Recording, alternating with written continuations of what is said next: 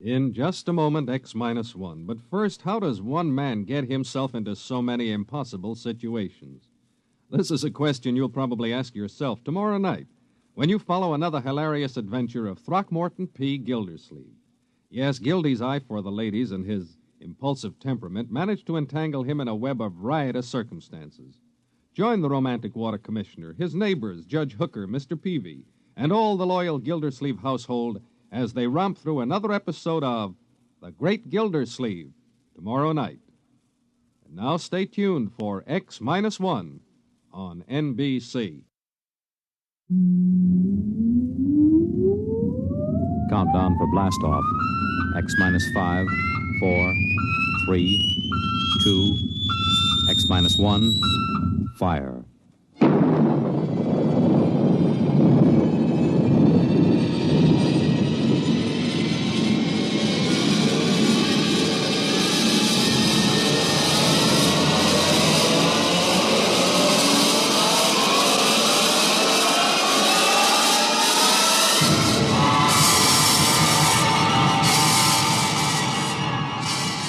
From the far horizons of the unknown come transcribed tales of new dimensions in time and space.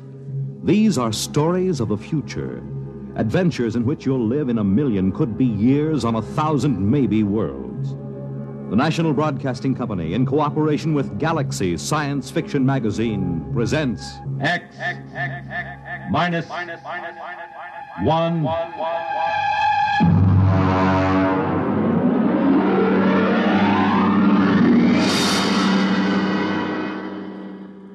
Tonight's story, The Cave of Night, by James E. Gunn. Oh, you want a level, Charlie? Okay. Though yet of Hamlet, our dear brothers, death the memory be... Anyway, how's it, okay? Okay. Check recording, will you? I may go over a half hour. Make sure they got another reel of tape ready, okay? All right, Look, Bill, I've just put the segments of tape together for the next week's show. I'm going to record my narrations, and we'll listen to it together tomorrow. I know this is unusual, but you're the producer, and I don't want you out on a limb that may be sawed off behind us. This week's show is liable to either win us every award from the Peabody to the Pulitzer Prize, or maybe put the network out of business. Okay, we start with the standard opening. Behind the world, etc., 40 seconds. This is Harry Anders, your editor. At 8 o'clock, after the sun has set and the sky is darkening, look up. There's a man up there where no man has ever been. He is lost in the cave of night. And the fuel tank's empty. Receiver broken. Transmitting and clear. Anyone picking this up, anyone. This is Rev McMillan calling. Notify Goddard Rock, New Mexico. There's no way to get back. There's a man up there where no man has ever been. He is lost in the cave of night. We all know that phrase now, the cave of night. It was written by a poet disguised in the cynical hide of a newspaper rewrite man. But it stuck. It caught the world and held it like a butterfly pinned to a board. It started with a ham, an amateur radio operator, in Davenport, Iowa. All right, Eddie. Roll the first tape in here. It's marked. Am I too close? I was up in the attic. I usually have a talk with WG-73. He's in Buenos Aires. We play chess. Well, there was some kind of interference. And then all of a sudden, I heard this voice. I record most of my listening anyway, so I had the tape machine running. After I heard it, I called civil defense. That's what we're supposed to. Look, Bill, I haven't done the final editing on these tapes, so don't worry if they're a little rough. Down out of the night, flung from the darkness, came these words, the first of so many that electrified the world. Notify Goddard Rock, New Mexico. There's no way to get back. No way to get back. I'm stuck up here. No way to get down. What does it take to catch the pity of the world? A man wedged underground in Kentucky. A little girl in the bottom of a well. Somebody alive, waiting for rescue, with the days of his life numbered. Somebody somewhere waiting for us to get him out. The story broke in this morning's papers. Orbiting 1,000 miles above our heads was a man, an officer of the United States Air Force in a fuelless spaceship. We're recording at the desk of Mike Bayless, senior night editor of the Continental Press National Wire. Hey, you always get a reaction like this. I remember the Floyd Collins story in the 20s. Fellow trapped in that cave in Kentucky, remember? Oh, sure. And the whole country hanging on to see if he could get out. Then there was that little girl stuck in the well. Kathy Fisker's? Yeah. We pulled all those stories out and put them on the wire for background. But this hit bigger. We got the first lead from an Air Force handout in New Mexico. They just said an experimental rocket failed to return to base. But by that time, the cat was out of the bag. Ham operators picked up those messages from Boston to Fairbanks, Alaska. Mr. Bayless, you first used the phrase the cave of night, didn't you? Yeah, I guess so. I mean, you got to get a little purple on a thing like this. People eat it up. You can't spread it on too thick. Anyway, I was lost in a cave once when I was a kid in upstate New York. I waited around for a couple of hours in the dark until they came for me. It kind of reminded me of that. It reminded the world of terrors at night, of struggling awake through nightmares. The fears of loneliness, darkness, falling, suffocation, thirst. It reminded me of Rev McMillan. And perhaps I have an advantage over all the other reporters for newspapers and radio and television because I knew Rev McMillan. I knew him in college and in the Air Force. I knew that he was testing rocket-powered craft at Goddard, but I didn't know they were so close to space. No one knew, till those messages of desperation crackled down through the atmosphere. I remembered Rev when I saw those headlines that morning. Straight black hair, Clark Gable ears, a reckless grin. He ate well, reveled in expert jazz and Mozart opera, and he talked incessantly. His southern speech was no drawl. There was too much to say. And now he was alone, and soon all that might be extinguished. The men from the radio newsrooms rushed to Goddard Rocket Base armed with miniature tape recorders. Gentlemen, I'm Colonel Arthur J. Hannigan, Information Officer for Goddard Rocket Base. And I'm authorized to issue the following statement. First Lieutenant Reverty L. McMillan, United States Air Force pilot, Experimental Rocket Division, took off from Goddard Base at 22:34 Rocky Mountain time. His craft, the XR-37 Mark II, a hydrazine nitric three-stage rocket. I'm sorry I can't describe it, boys. Classified. Well, in order to maintain orbit, the motors were pulsed for 1 second every 15 seconds elapsed time. After 3 minutes, the exhaust was seen by ground spectroscope observation to flare for half a minute.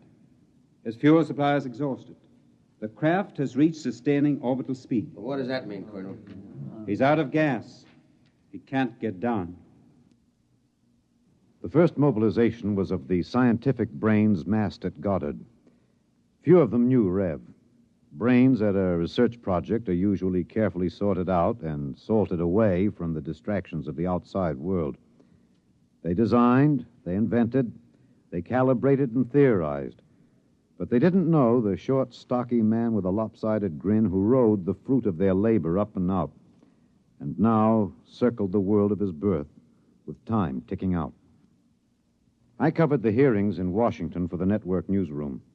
I flew down from New York, and the stewardess came out every few minutes to tell the passengers the latest news. She called him Rev, although she never knew him, and once I thought I saw a tear. The hearing was before the subcommittee of the Senate Committee on Military Affairs. Presiding, Senator Allen J. Haggister of Kentucky. All right, General Finch.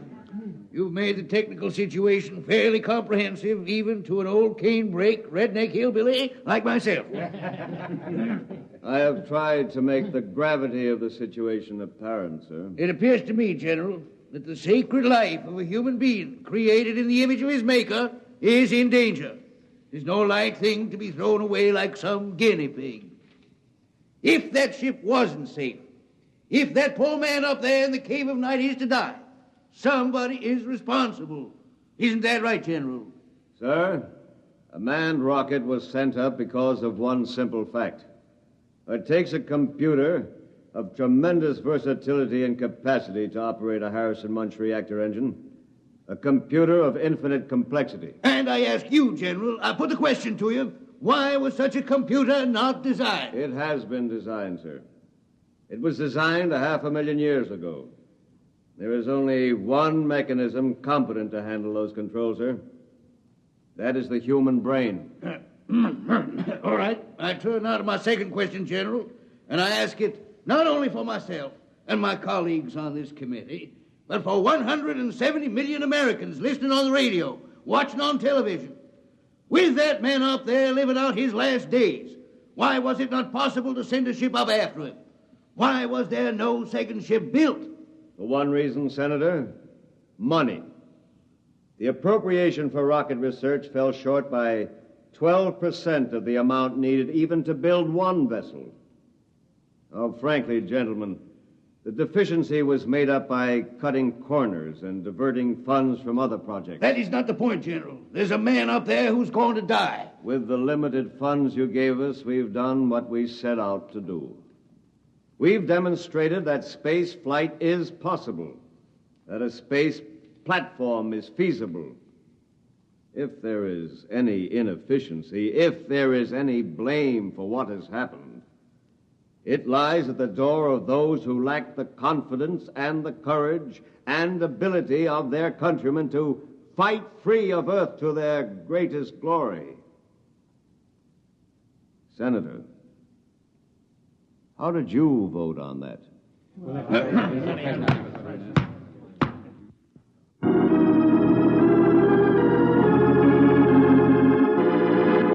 This is Harry Anders in the gallery of the Washington National Cathedral. This is a special prayer service called by the Dean of the Cathedral for the safety of Lieutenant McMillan and for the success of the recently announced rescue plan. The church is filled. There's a sprinkling of high Navy, Army, and Air Force uniforms. I see General Finch in the second row, next to the Secretary of the Air Force and the newly appointed Undersecretary of Defense, Mr. Winokur. Prominently displayed in the center aisle, below the ornate railing separating the pews from the altar, is the small model of McMillan's ship. One by one now, the congregation is filing past, dropping checks, bills. I saw one child drop in 12 pennies, one by one. All contributions are to be used to defray the cost of the rescue effort. The congregation is now kneeling to pray. A moment of silent prayer will follow for the safety and rescue of Lieutenant McMillan. $1 billion was raised in 1 week from voluntary contributions. Another $1.5 billion was appropriated unanimously by Congress. The race began. Would the rescue party reach the ship in time? Of course, we didn't know then. And daily we listened to the voice of the man we hoped to buy back from death. Now, look, Bill, on these McMillan broadcast tapes, don't let some ignorant engineering vice president holler because it's not broadcast quality. Believe me, I knew McMillan. There's more of that wild Texan in these tapes than in any hi-fi super-frequency response studio recordings. Just listen. You'll see what I mean. I've been staring out the portholes. I never tire of it. Through the window at the right, I see a black velvet curtain with a strong light behind it. There are pinpoint holes in the curtain, and the light shines through, not winking the way stars do, but steady. There's no air up here. That's the reason. My oxygen is holding out better than I expected. By my figures, it should last 27 days more. I shouldn't use so much of it talking all the time, but it's hard to stop.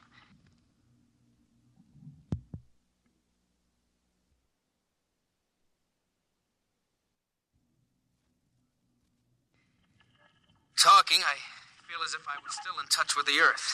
Still one of you. Even though I am way up here. Too bad the receiver is broken, but if it had to be one or the other, I'm glad it was the transmitter that came through all right.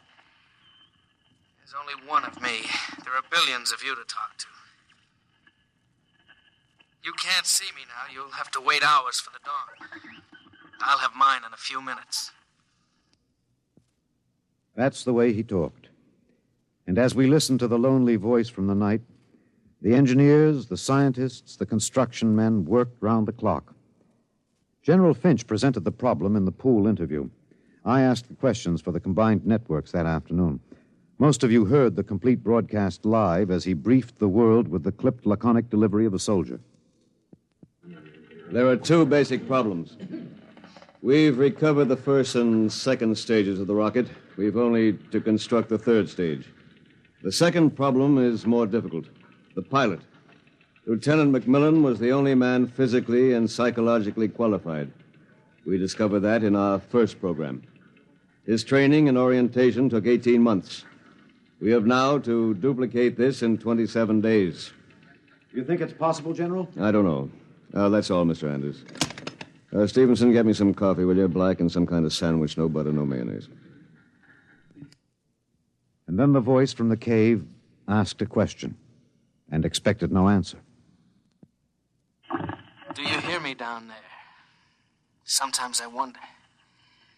I wish there was some way I could be sure you were hearing me. Just that one thing might keep me from going crazy. I was there the night we answered that question. I was there in a helicopter over Kansas City. This is Harry Anders speaking to you from a helicopter over Kansas City. There are 15 seconds till midnight. The plan was developed by General Finch.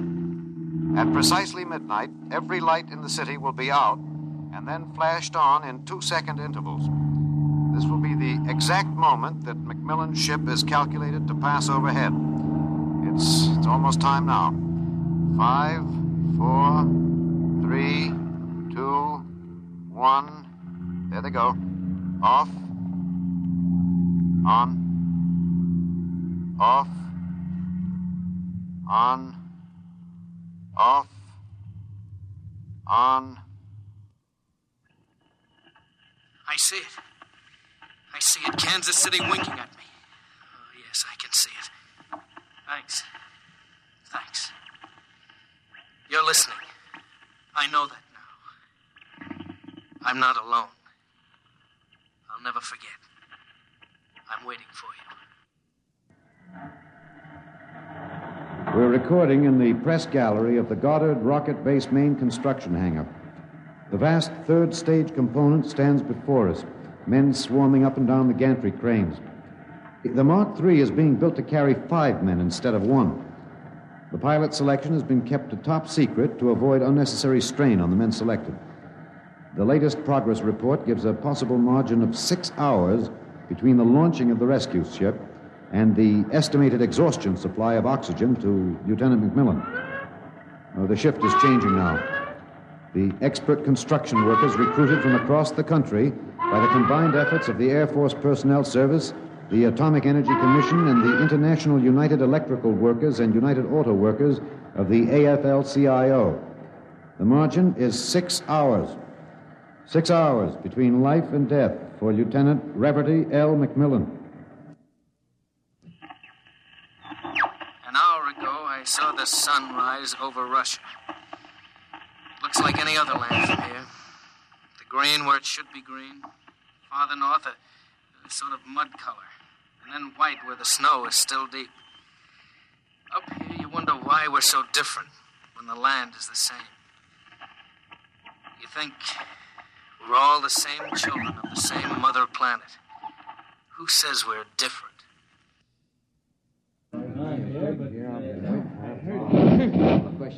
Can you hear me in the back? You're standing a little close. Well, how about this? That's better. That's better. All right, gentlemen, I have exactly 5 minutes for the press conference. Therefore, I'm not going to answer any questions. Progress report is as follows. As a safety factor, we're constructing 2 complete 3-stage rockets and 6 additional 3rd-stage components. The telemetered reports from McMillan's ship have added important additional information, and the first of the rescue vessels should be ready to be launched at the estimated time, weather permitting. Now, don't ask a question. Within certain limitations of air turbulence, the rocket will be ready to lift in time to save Lieutenant McMillan. 21 days. The air's bad tonight. Can't seem to get a full breath. It seems to stick in the lungs.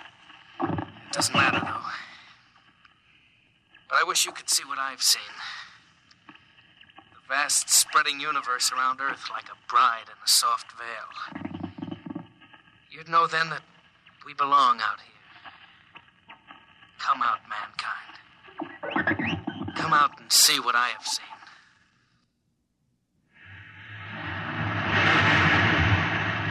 This is Harry Anders at Goddard Rocket Base. The Harrison Munch reactor engine for the first third-stage rescue is being tested here at Goddard. You can hear the roaring of the gases in the test chamber behind me. The work has been stepped up as a new calculation based on the increased temperature reading from Macmillan's ship indicates that the exhaustion time will be some 6 hours earlier than originally estimated. The margin of rescue will be in minutes. Air very bad. Better hurry. Can't last much longer. Silly, of course you'll hurry. But I don't want anyone feeling sorry for me. I've seen the stars clearly. But more than this, I've seen the earth. There where I have lived and loved. I have known it better than any man. And loved it better. And known its children better. Goodbye. I have a better tomb than the greatest conqueror Earth ever bore. Do not disturb.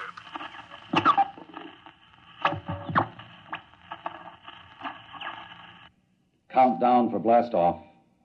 5, 4, 3, 2, 1.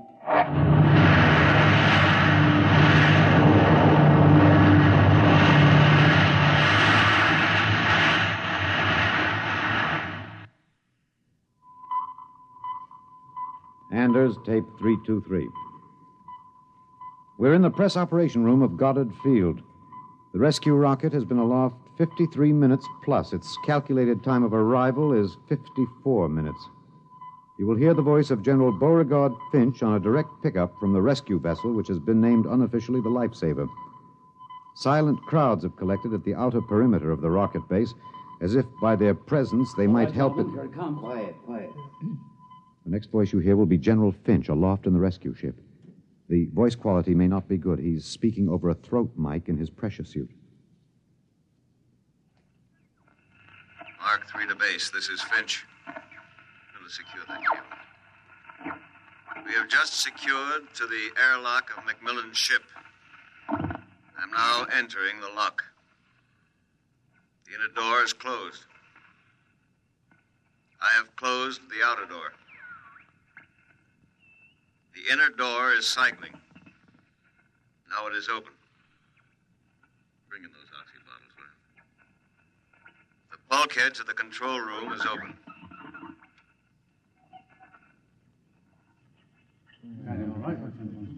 Is he all right? Come on, will you? What's happening? Lieutenant Macmillan is dead. He died heroically, waiting till all hope was gone. Until every oxygen gauge stood at 0.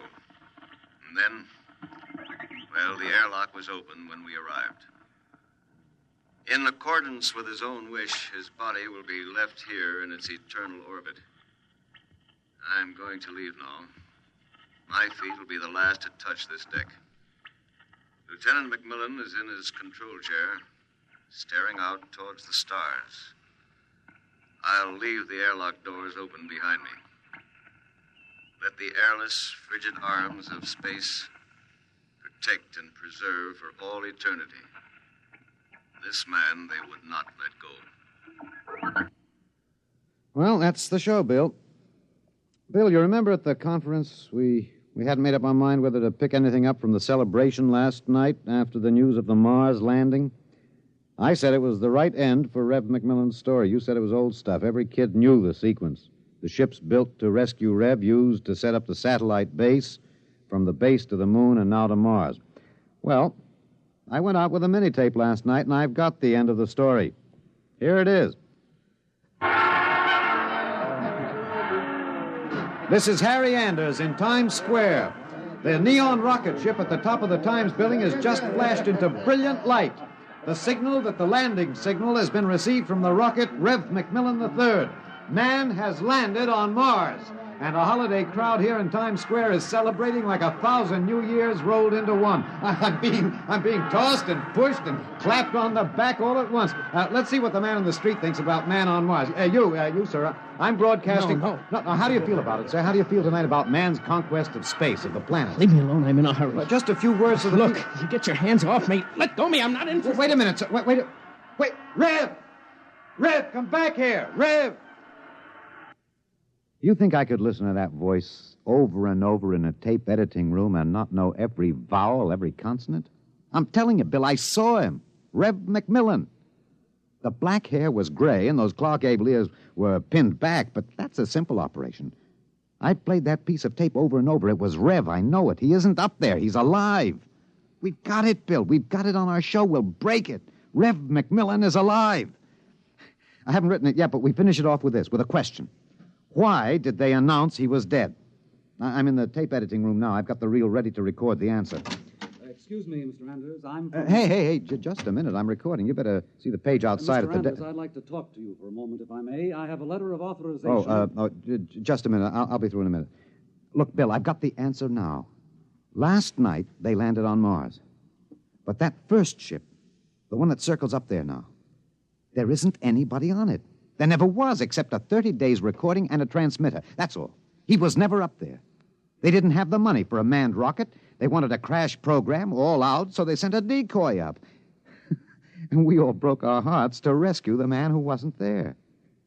Oh, he must be laughing, General Finch and the rest of them, the ones that knew. I guess they had a problem. What to do with Rev? I wonder if he slipped away from whatever guards they have around him to see the celebration. He looked a little sad. I think sometimes he must wish he was really up there in the cave of night, seated in the icy control room, 1,075 miles above the Earth, staring out at the stars. Mr. Anders, I must insist... What? That... Bill. Looks as if I won't have to worry about editing this tape. My friends are from Washington. I'd like to call your attention to the last paragraph. What? Oh, no. It's very simple. You won't have to burn it. It's easy to destroy recording tape. I throw this switch. When the tape goes through the erasing head, it's gone forever. Oh, too bad. Would have made one fine show. Okay. So long, Rev.